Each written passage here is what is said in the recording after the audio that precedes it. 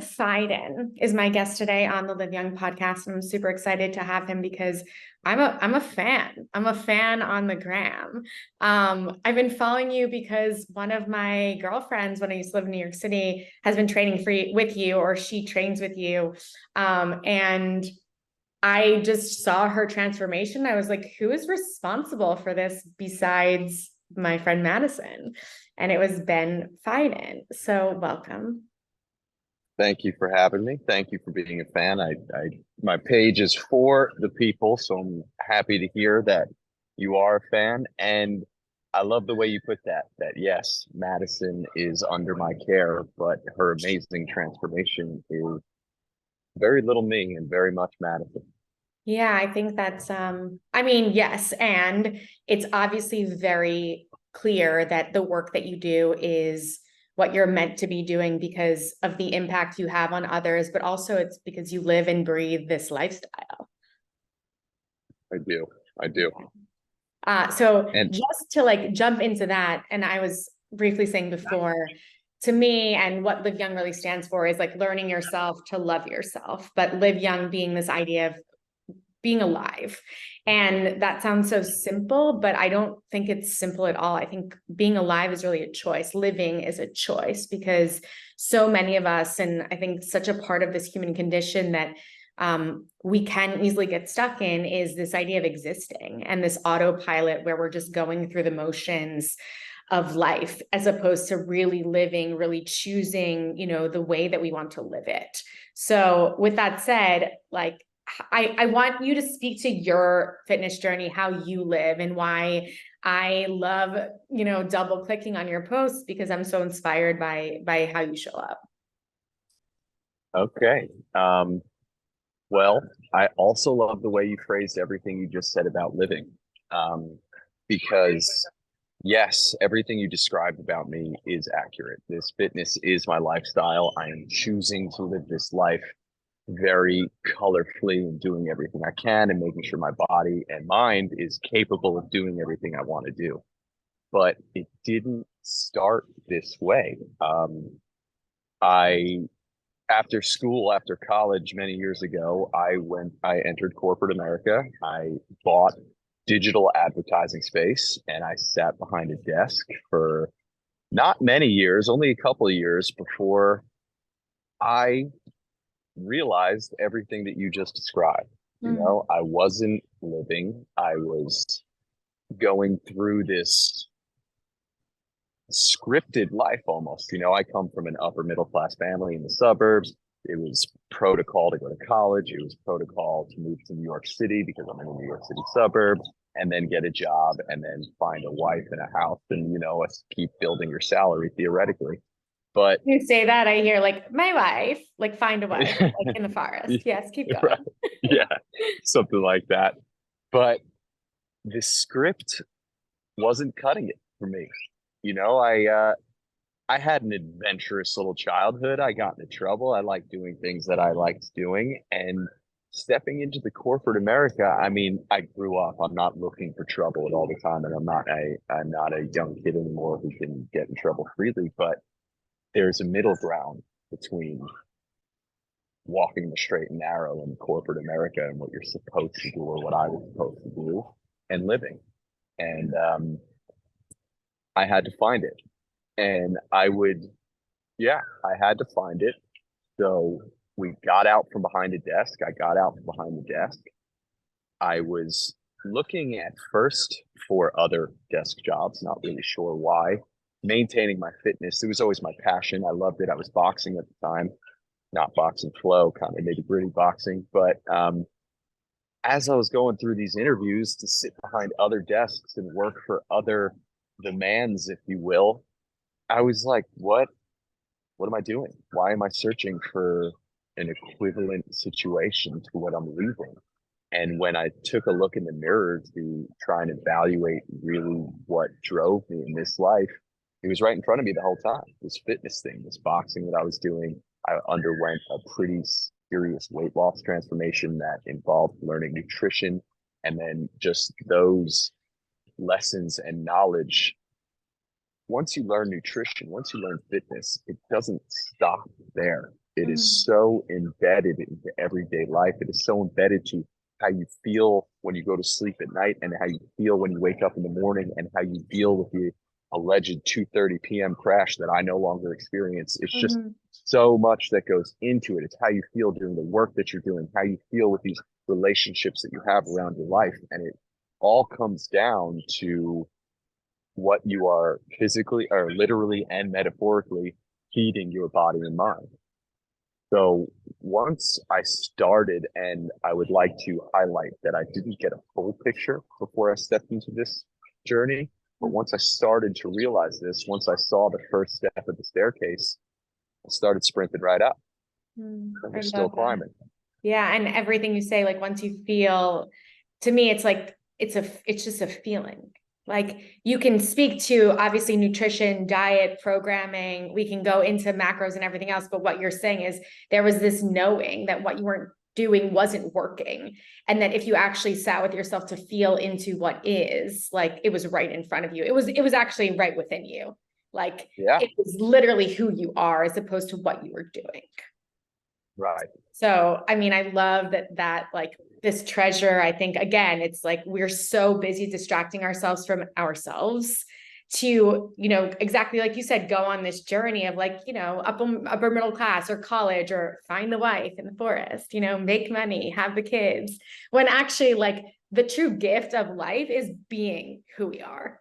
So if you can figure that out, and I think that is also a journey, like you live your truth. So thank you for living your truth, and for inspiring others and holding people in their own experiences. Because I think so much of what trainers do or fitness professionals do or wellness professionals do is actually just who you are. I believe is you're reflecting whomever you're serving.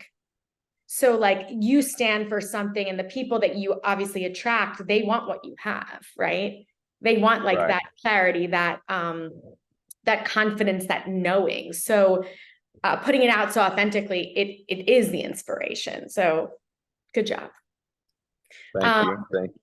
yeah. So I want to ask you, when you said you went through this like pretty intense weight loss journey, do you, or was like the weight you were carrying, I see it as metaphorically too. Like, was it the stress of like this gnosis that you were just existing? Was it this like heaviness that you weren't, in your full integrity or authenticity? Like or was it just, I don't know, how did that look for you?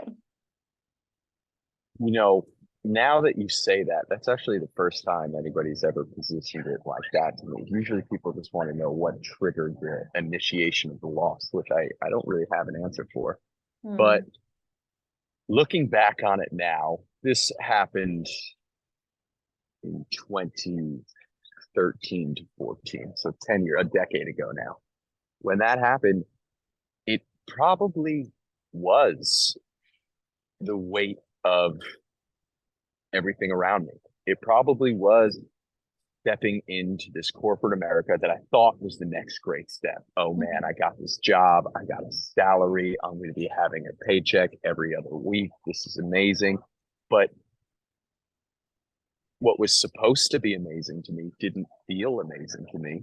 And I would tell myself, I'm just not used to it yet. Maybe Hmm. the next level up is going to be amazing. I'm just entry level right now. And then I achieve the next level up and I'm like, oh, I'm still the bottom rung of the ladder. Maybe the next level up is where I'm going to find happiness. And I think that's part of that game where happiness is always around the corner, no matter how many corners you turn.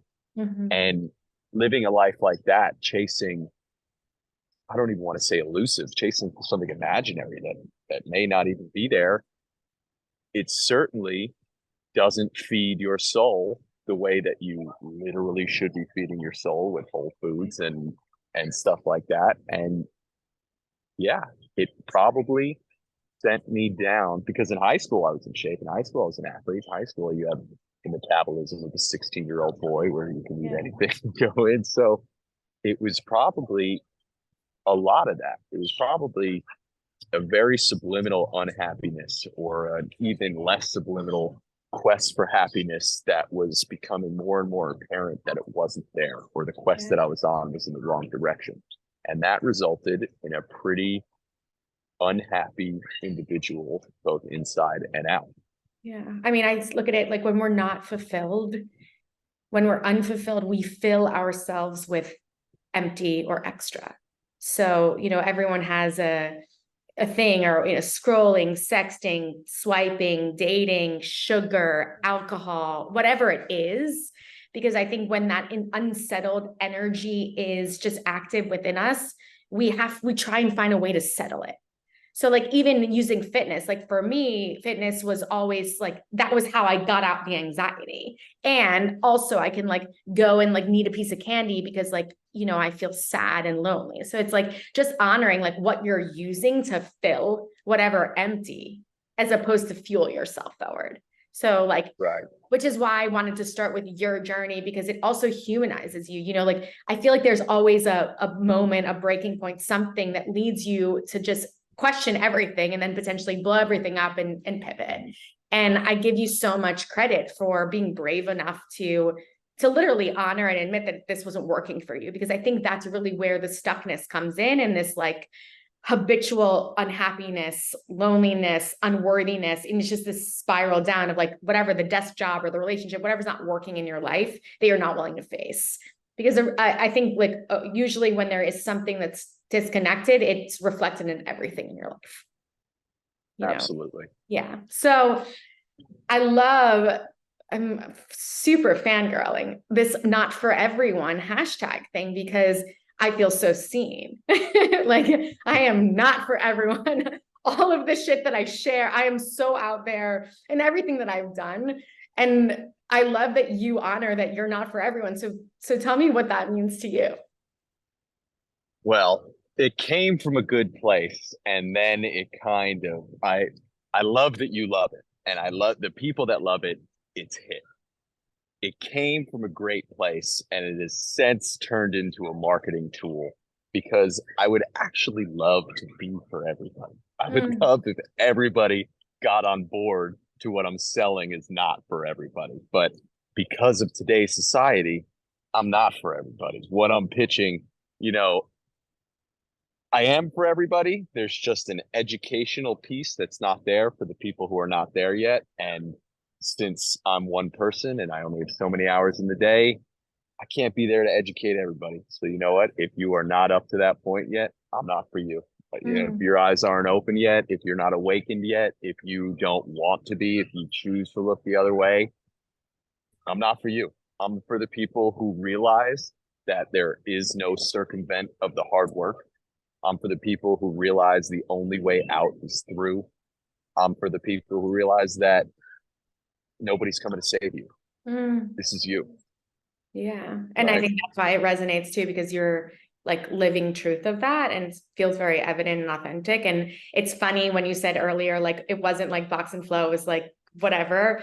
I think I resonate with not for everyone, because Box and Flow was packaged in like by me, and boutique fitness and whatever else, but like 9 rounds at a heavy bag, no breaks, because there's no breaks in life. The only thing that really mattered was that you didn't drop your hands, and there were no mirrors in the space.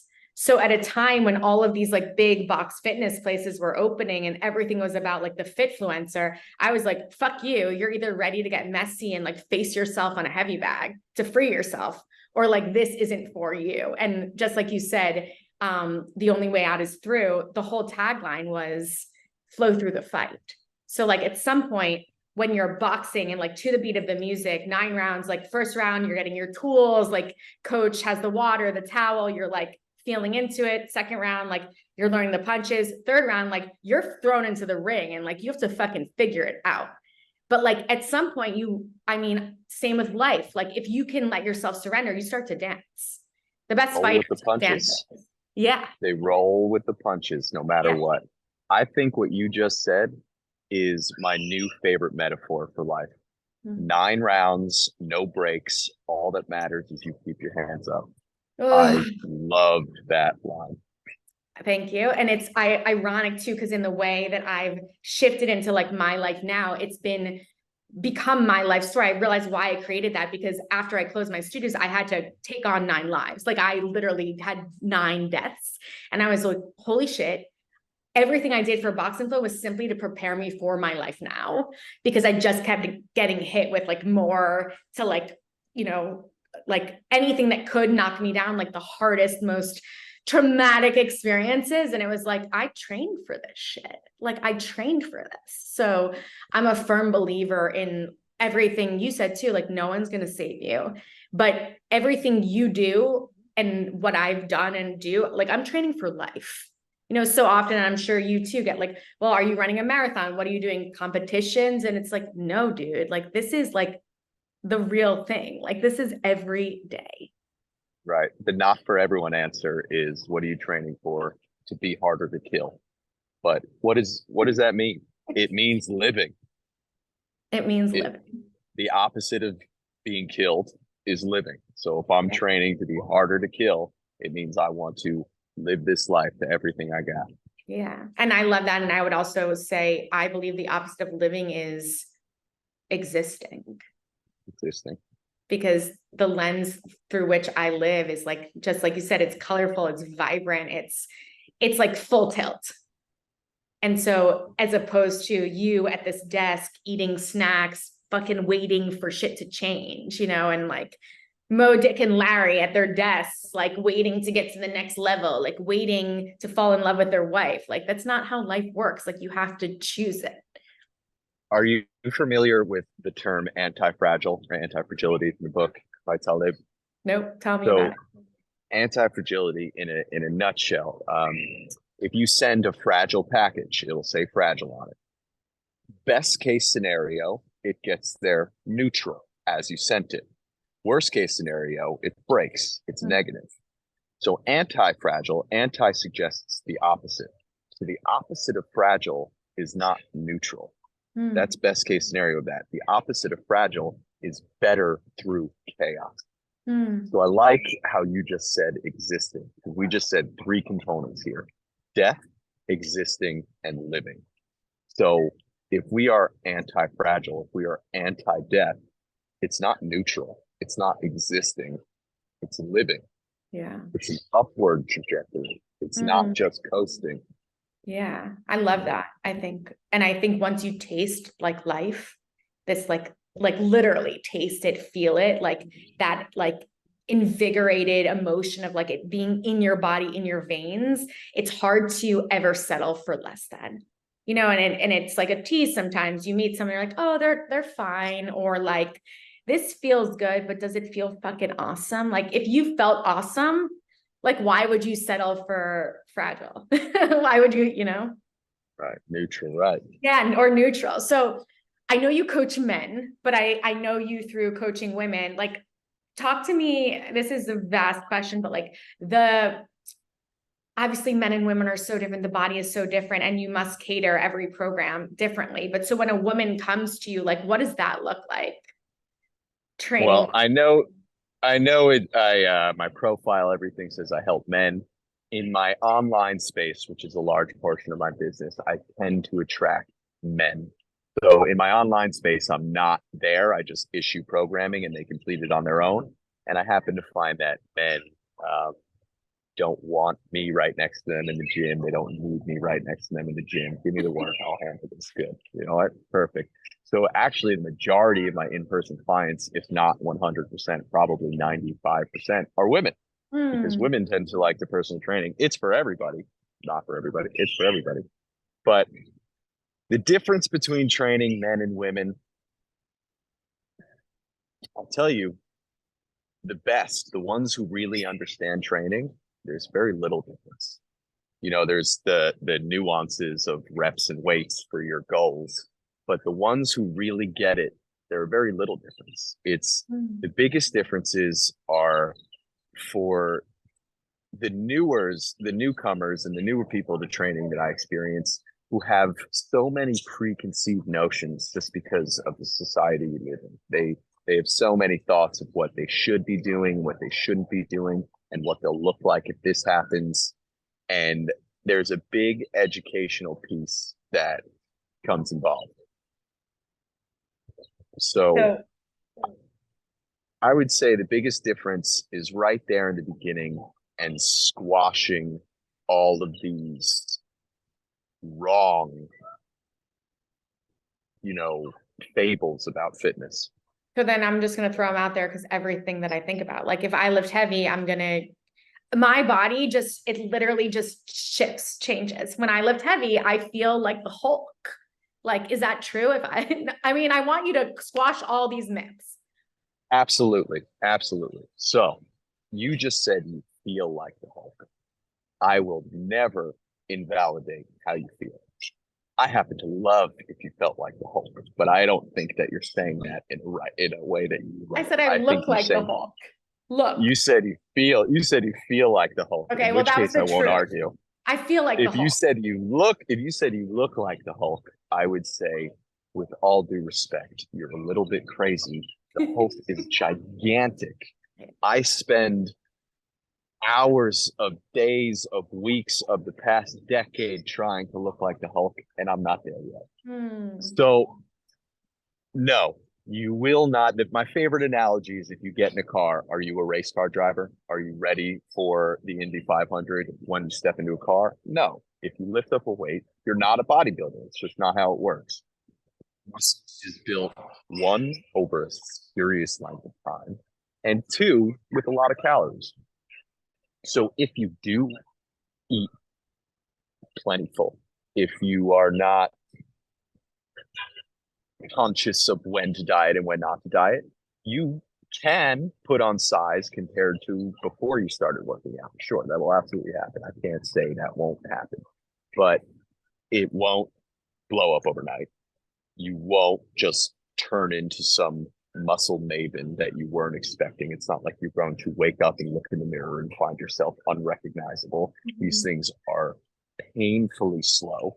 And the size, bulk versus toning is 100% nutrition. Hmm. 100% nutrition. If I lifted the heaviest weight that I could muster for low reps, if I'm doing 1 to 3 reps of 600 pounds on the bar, whatever the exercise, as many times as I can throughout the week, but I am in a calorie deficit, I will lose weight. I will tone. If I'm in a calorie deficit, I will bulk. And the complete opposite. If I'm in a calorie surplus, excuse me, and I lift 5 pound weights for 30 reps, I will bulk. There is no set and rep scheme that tone and bulk. There are set and rep schemes that grow muscle and not grow muscle, but it is the calories that tone and bulk. So what the way that I see like movement fitness, so much of it for me has been like the morning, like to get back in my body from whatever anxiety I'm feeling or any like emotion. So, and I'm very fit. So I can run 10 miles, 8 miles, whatever. I can go box for 90 minutes. I mean, this is crazy and like complete dissociation. I don't do this anymore, but like I used to be of the school more is more. And not to bulk, but just to like because I could. It was like this activity. So in your programming, I assume that it's like, is it like do you recommend 7 days a week? Is it 5 days, 2 off? Is there rest involved? Is it let's just use me as an example. I'm 5'3". I'm probably 115 pounds. What are your goals? What if we are at A, what does B look like? Um, toning small, like I feel like the Hulk. So it'd be like not to lose weight, but like I have always, again, because I'm strong, I can swing heavy kettlebells, I can do all the heavy stuff. So to me, it's like, let's do that. When I actually think that maybe it is lighter weights, lower reps kind of thing. So maybe squash the myth. Squash the myth. So if you're lifting heavy weights and you think you are appearing too strong, what would my program look like?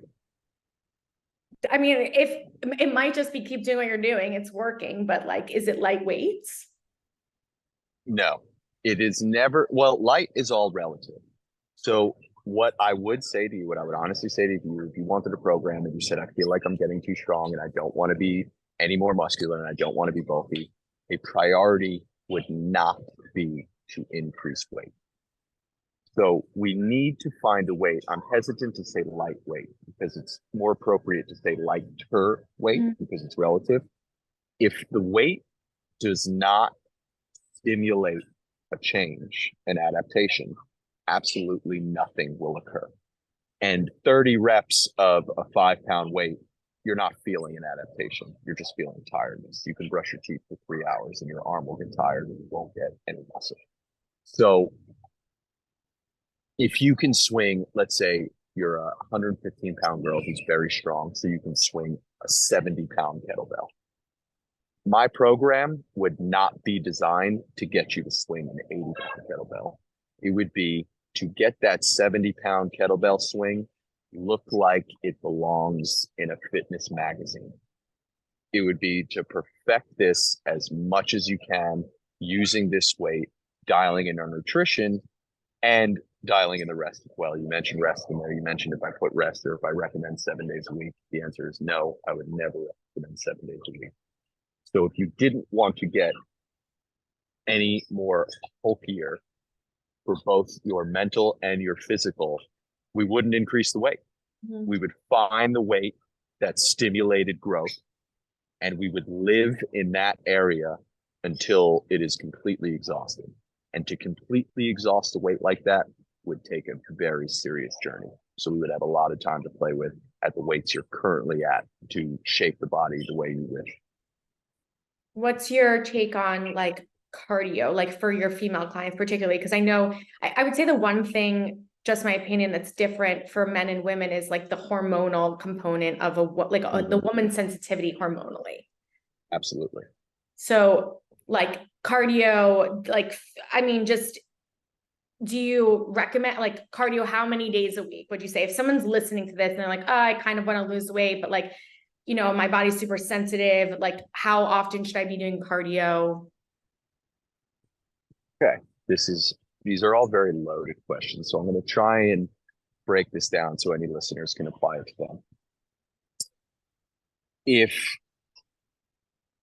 I'm going to use a man as an example, because I feel like it's less offensive, but that may be sexist to me. I just don't want to offend any women. I've had very large male clients come in person, close to 300, in between 300 and 400 pounds. So after the assessment, I've actually had 2 individuals that are like this. One of them was an athlete his whole life and later in life let go. One of them was never an athlete. So the one who was an athlete is decently strong. His movement competency was great, except for where his body fat got in the way, which is to be expected. 2 pieces of mass can't be in the same place at one time. So weight loss would cure that up. But he was strong. So strength wasn't so much of a priority for him as much as weight loss was. So we went a little heavier on the cardio because his strength was where it should be. The other individual that I had who never worked out in his life and was always kind of big since the beginning, he needed some strength. He wasn't strong enough to fulfill the cardio needs to get enough calorie burn to lose weight, right? His cardio bouts would be too short because his ankles or his knees couldn't support his frame. So priority became strength, right? So it depends where you are in your journey.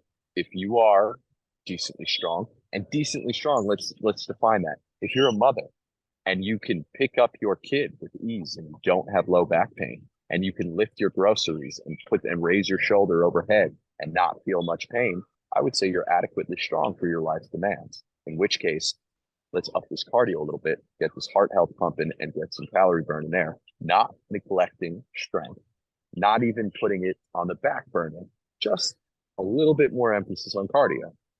However, if you're a mother who can't lift your child and you have trouble with the groceries and your shoulder hurts going overhead, we're going to have to dial in on the strength a little bit and end the session with cardio just for that little extra burn.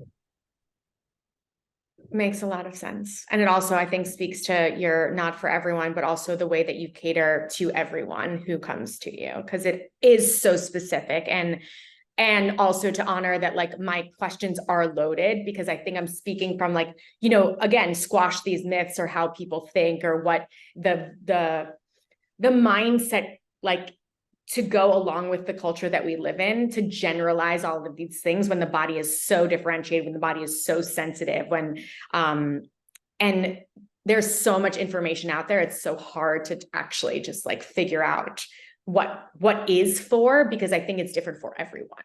So thank you for True. playing my game. With that, like, again, from this general place, like if someone is working out, they're highly active, like from a protein standpoint, not looking like how many, grams per meal, but like, are you okay with protein bars, protein powder, or like, whole natural foods? What's your stand on diet? Stance on diet. Okay. Well, love protein powders. It's everything I'm going to say is goal dependent. So I love protein powders for myself. If you are lactose intolerant or you have an upset stomach and things like that, pure protein powders can maybe not sit in everybody's stomach well. And if it doesn't, you're not shit out of luck. It's totally fine if you don't like protein powders, right? The organic foods, organic versus non-organic, we're stepping outside of my expertise here. I have an elementary understanding of this stuff. And for my elementary understanding, they don't, organic versus non-organic does not push the needle as much as the organic marketing says it does. It is, I would say, undoubtedly, or without a doubt, better for you to eat organic compared to stuff that like farms in America with pesticides and MCOs and things like that. But if you can't afford a totally organic diet, if it's inconvenient, this isn't the end of the world. We can trudge through. We can trudge through with this. And then as far as if we want to get into macros and stuff like that, I am a strength and conditioning coach. I am strength first. So when it comes to diet, I place a heavy emphasis on protein for two reasons. One, it's the muscle builder. You won't build much muscle or as much muscle as you want to build if you don't have adequate protein. Two, it is the most satiating of the three macronutrients. So if you are dieting or if you want to clean up your diet or eat cleaner, protein is going to be the first thing we take a look at. Mm-hmm. Protein is going to be the first thing we fill the requirements that we're going to strive to hit daily, with carbs and fats and the micronutrients coming in a distant second and third and fourth place. Yeah, protein, more protein, more protein. So if you eat more protein, you will gain more muscle. That's just how it works. If you are lifting heavy weights in a progressive overload fashion and you are eating a lot of protein, you will build muscle. Yes.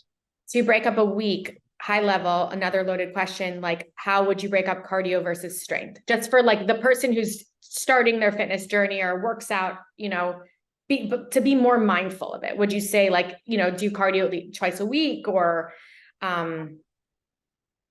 So the powers that be, they to feel, and this is recent, something I've learned is that the United States government will not stamp its name on anything. You won't find a .gov site or anything in written text in the government until it is basically proven. So any theories or anything you won't find in the FDA or any of the powers that be that I'm talking about. I'm talking about those entities.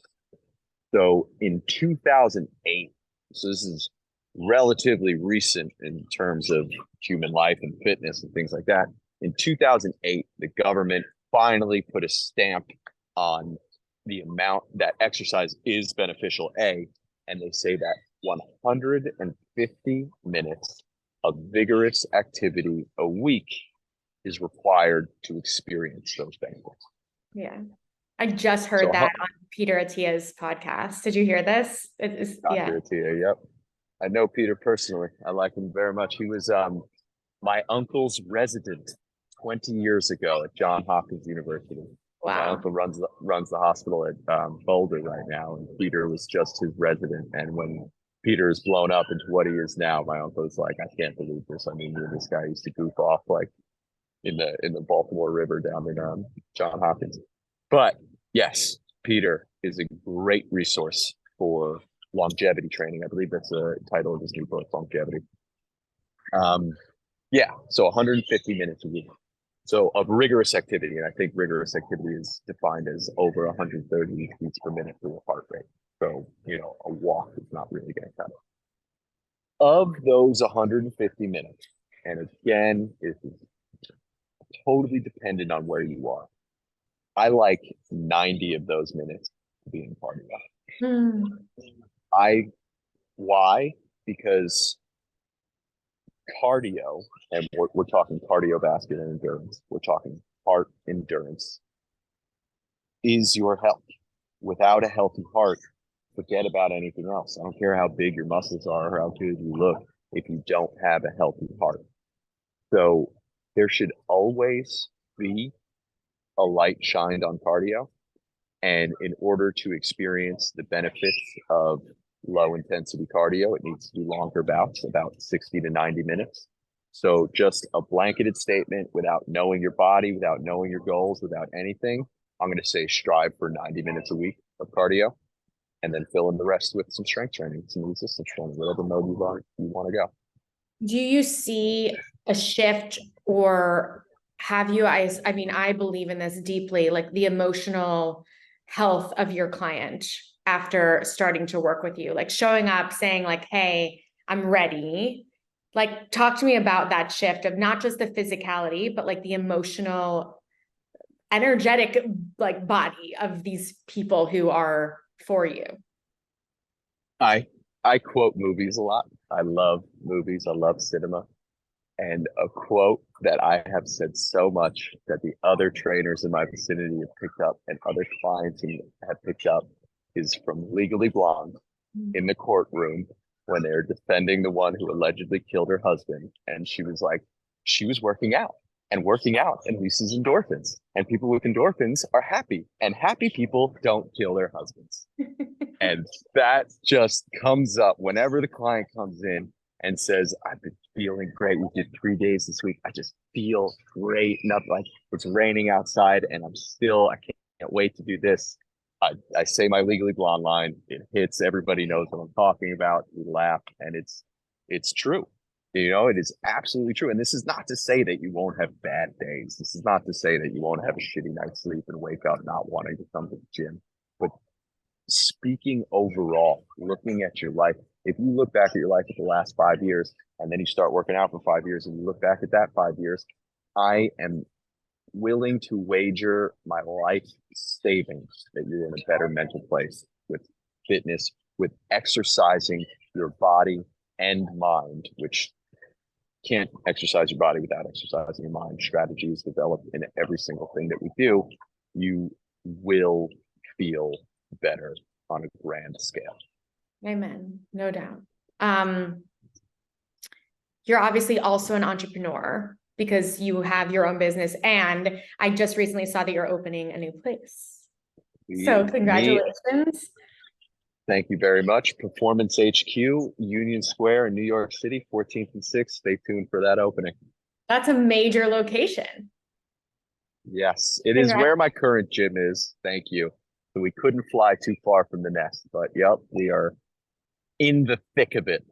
What's it feel like to like find a space, go through construction? I mean, I've been there and I know the ins and out, and it's not easy. And I know you're doing this with someone else. Yeah, Trevor Franklin. He is another trainer in my gym, and it's just him and I, 50-50. I love going he's been to my class. He's wonderful. Yep. Yeah. That also, like, I love that because I did it alone, and I think that I'm not going to say easier with someone else, but it makes it's nice to be able to bounce things, like it's partnership. Misery loves company. You were about to ask how this process was, and I was going to answer and say this is a happy podcast. Let's not get into how that process is, but yeah, it is. We rented a space that was not a gym. We rented a space that was an eyebrow salon.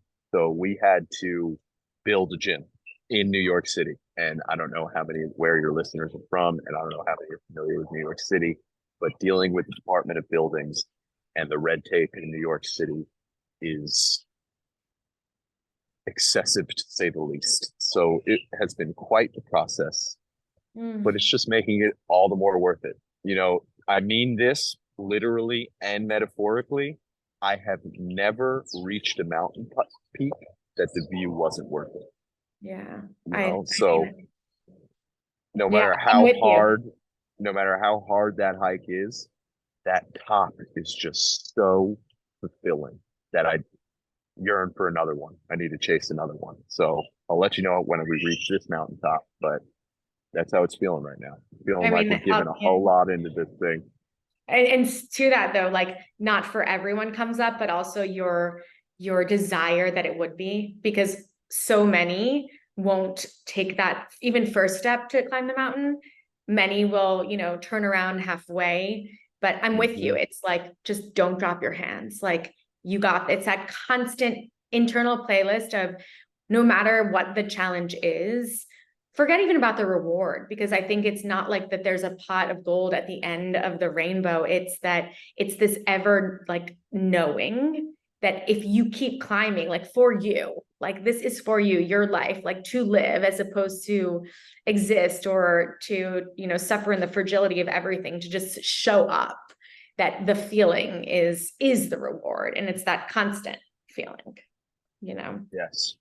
Yeah, I've been on literal hikes with some of my best friends who are not fitness oriented. They've stopped before the peak. You know what? Life goes on.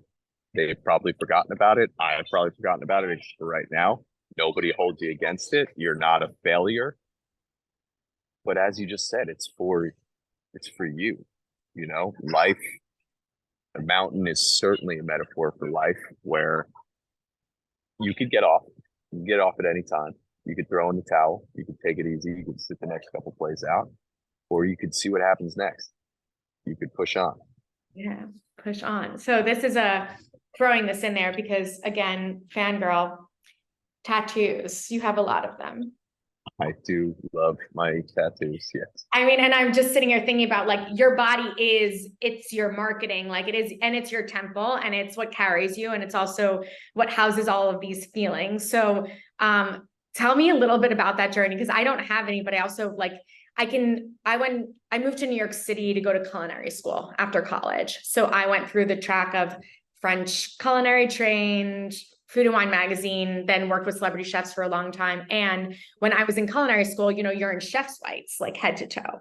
So no, it's like a Mm-hmm. business. You can see what's underneath. And I had this amazing chef named Will, and he was like, my experience of tattoos, it's like pure masochism. It's like I want to just cover this body. And I actually see your experience from an outsider's point of view as being the opposite, almost as like you're reveling in this temple that you're building. So I want to hear about your take on tattoos.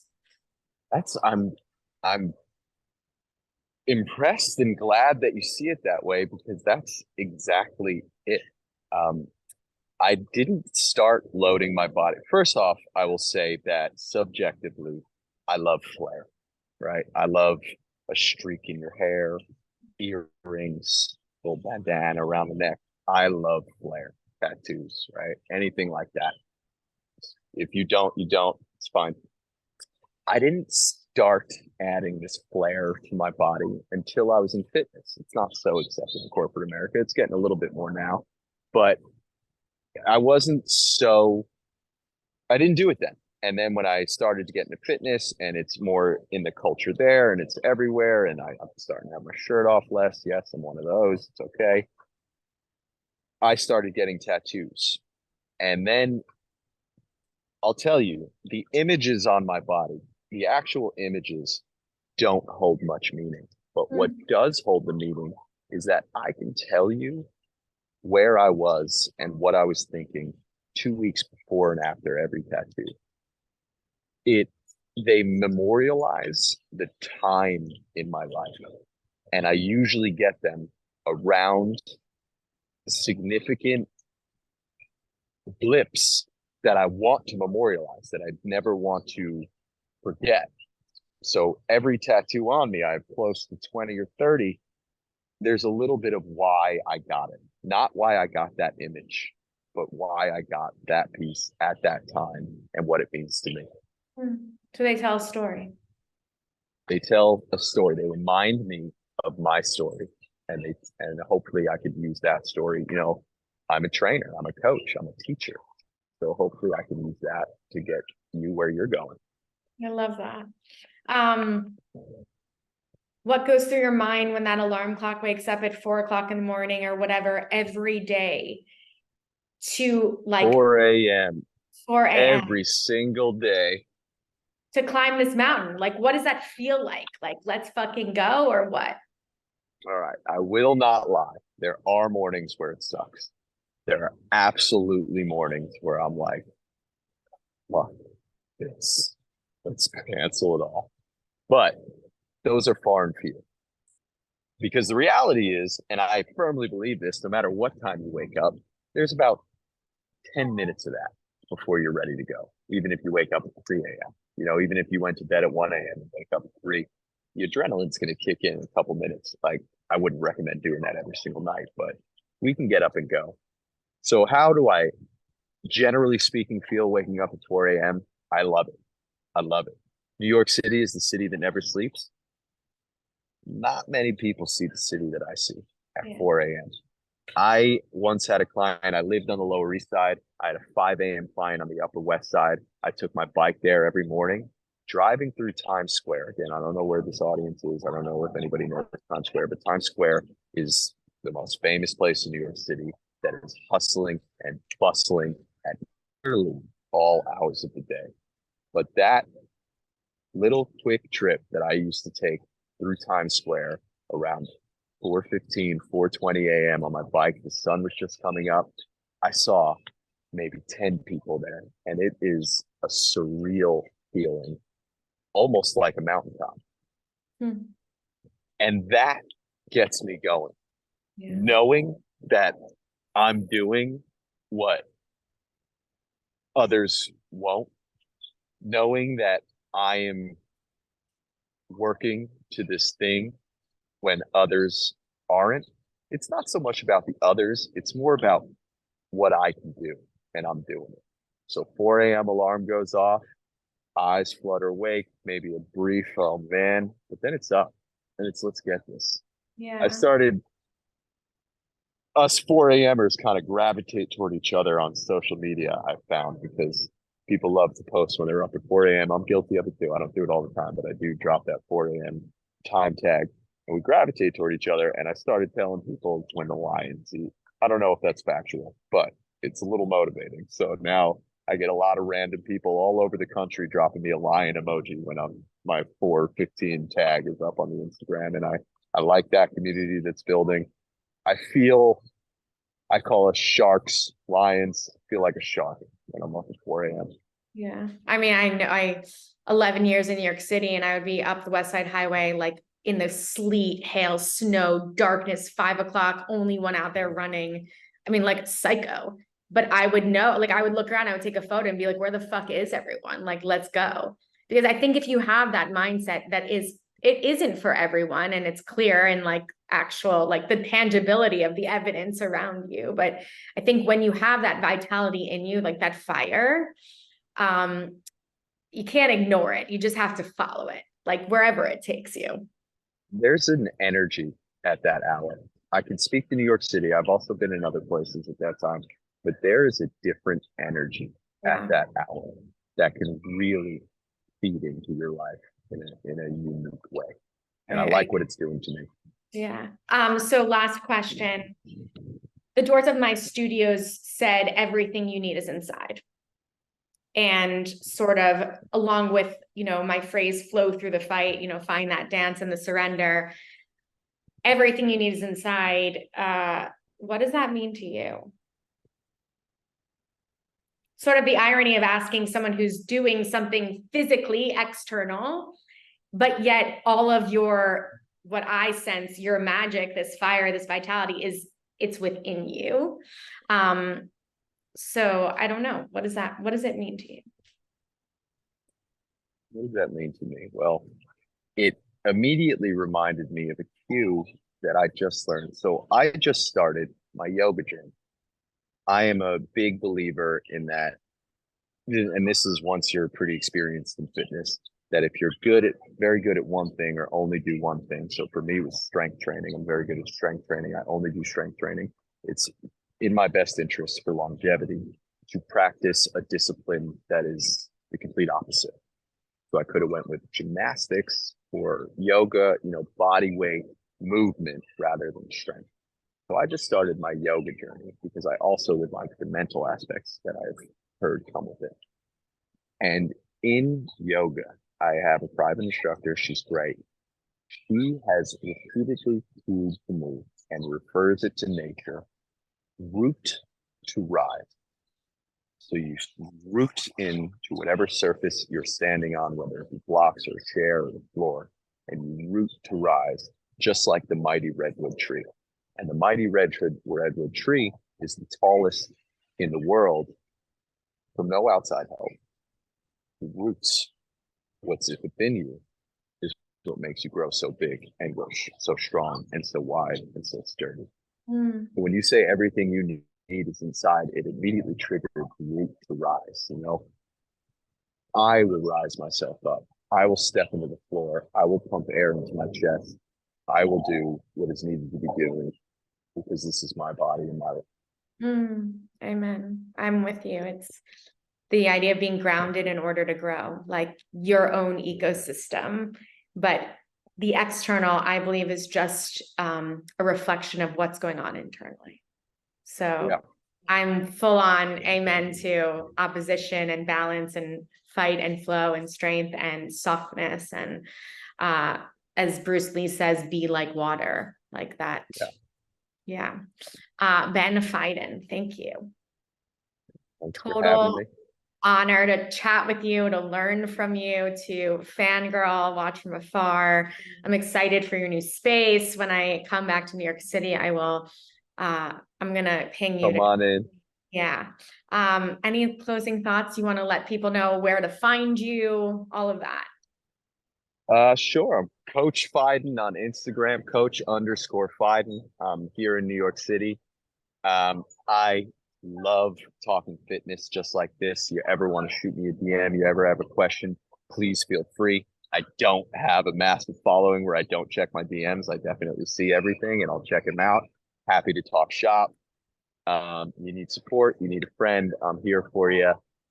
And thanks for having me on. Thanks for introducing me to this audience. It's definitely not the audience that I'm used to. So I love this diversity that my life is coming into. Thank you so much. Thank you.